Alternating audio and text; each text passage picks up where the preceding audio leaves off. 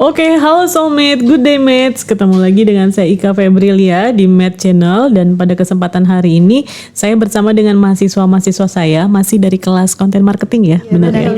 Nah, kita lagi nih kembali ke konsep ini, bertiga nih kita podcastnya. Semoga nanti bisa lebih seru dan menarik ya soulmate.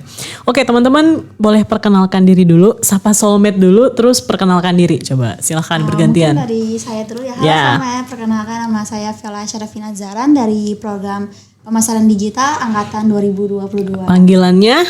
Viola, Bu. Viola? Iya. Oh, oke. Satu lagi? Halo soulmate, nama saya Amelia Latifa dari Prodi Pemasaran Digital Angkatan 2022. Angkatan 2022. Panggilannya siapa? Namanya Amel. Amel, oke. Ada Viola, ada Amel ya. Oke, apa kabar kalian hari ini? Viola dan Amel, sehat ya? Sehat. Alhamdulillah juga sehat ya. Oke teman-teman, kita mau bahas apa nih? Jadi hari ini kita mau bahas AI di dunia pendidikan, Bu. AI di dunia pendidikan, wah menarik. Kita mulai bahasan dari mana dulu? Mungkin pengertian AI secara umum kali, Bu ya. Oh, oke. Karena kan ya dimana AI itu kan secara umum yang kita tahu tuh kayak AI tugasnya cuman kayak seperti manusia gitu, kayak berpikir terus bisa belajar sesuai dengan manusia gitu sih, Bu. Kalau yang secara umum mengenai AI, terus untuk perkembangan ini AI ini mulai berkembang pesat itu di tahun 2020-an, di mana AI itu udah bisa di berbagai bidang. Salah satunya seperti kita topik sekarang nih, Bu, di mana di dunia akademik atau pendidikan. Oke. Contoh penerapannya seperti apa kira-kira teman-teman? Jadi kalau misalnya contoh penerapan AI di dunia pendidikan itu seperti yang kita tahu kalau misalnya mahasiswa ya, itu ada Quillbot. Jadi Quillbot itu aplikasi AI buat bantu parafrase tugas kuliah gitu-gitu. Terus juga ada Zotero, dia kayak Mendeley gitu, buat bantu referensi buat sumber-sumber misalnya lagi nulis skripsi dan lain-lain gitu. Oke, berarti hanya dua itu yang lazim dipakai sama mahasiswa. Sama ini sih, Bu, tambahan satu yang biasanya sering di salah satunya kayak saya sering pakai juga sih, ChatGPT. Saya juga, saya juga sering pakai gitu ya. Jadi kayaknya emang kita nanya apa aja tuh selalu ada jawabannya ya kalau kita pakai AI. Nah itu bagian dari perkembangan teknologi teman-teman. Nah bagaimana penerapannya di dunia pendidikan, sampai sejauh mana signifikansi penggunaannya, kemudian seberapa jauh kita bisa menggunakannya, itu kembali lagi pada pribadi kita masing-masing gitu ya. Oke, kemudian apalagi yang menarik yang akan dibahas mengenai AI di dunia pendidikan?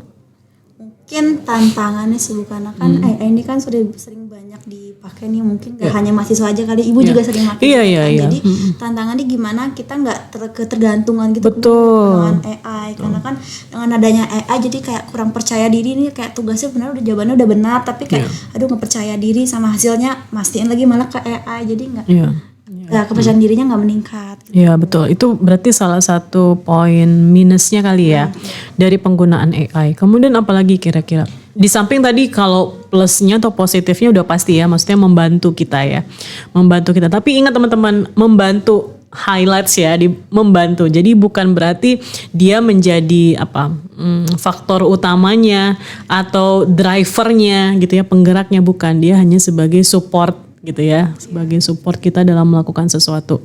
Kita bisa pakai AI gitu ya sebagai supporting.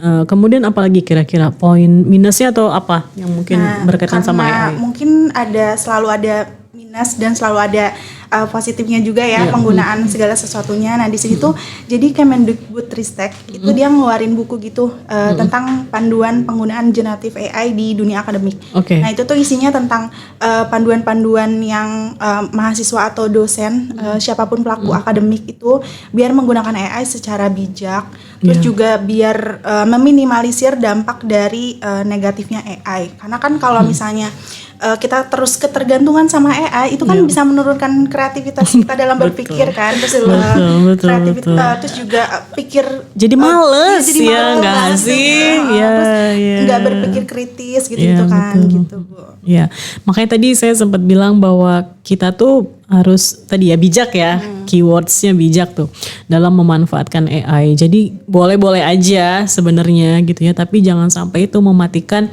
kreativitas, kemudian daya pikir, daya analitik, konsep berpikir tetap harus ada, dan bentuknya itu hanya memang untuk mendukung ya, mendukung. Jadi bukan sebagai penggerak utama, tapi memang hanya mendukung kita, membantu kita dalam menyelesaikan mungkin tugas-tugas ya yang berkaitan dengan kalau kalian di pelajaran, kalau saya mungkin di bidang mengajarnya gitu ya. Oke, kemudian apalagi yang menarik Viola dan Amel? Mungkin yang tadi Amel bilang itu kali, yang skripsi itu. Oh, Apa tuh? Ada cerita apa?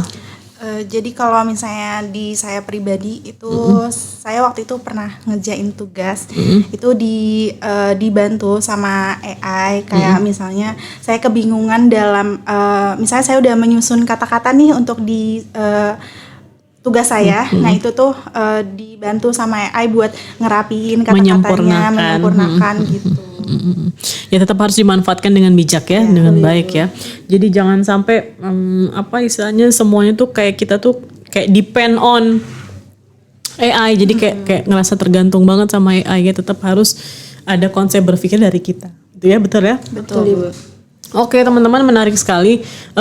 Saya nggak tahu nih apakah soulmate. Tapi soulmate sih kayaknya sih Gen Z ya, Gen Z jadi pasti pernah menggunakan AI, tapi ingat sekali lagi bahwa menggunakannya harus dengan bijak gitu ya, memanfaatkannya. Jadi nggak ada yang salah dengan AI karena kan itu bagian dari perkembangan teknologi ya, dan kita tuh hidup di zaman yang memang akan terus berkembang sehingga kita itu harus menyesuaikan diri, harus adapt gitu ya sama perkembangan yang ada. Tapi sekali lagi adalah bahwa kita harus memanfaatkan AI ini untuk sesuatu yang positif, yang sifatnya memang hanya membantu kita saja.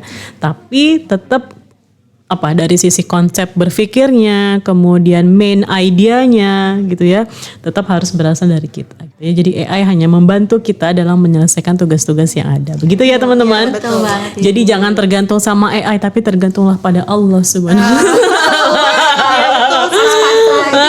Benar ya. Benar ya. Oke, benar. Oke, terima kasih ya Viola dan Amel sudah menemani saya ngobrol di kesempatan siang hari ini. Sampai jumpa lagi soulmate di obrolan marketing berikutnya. Dadah. See ya.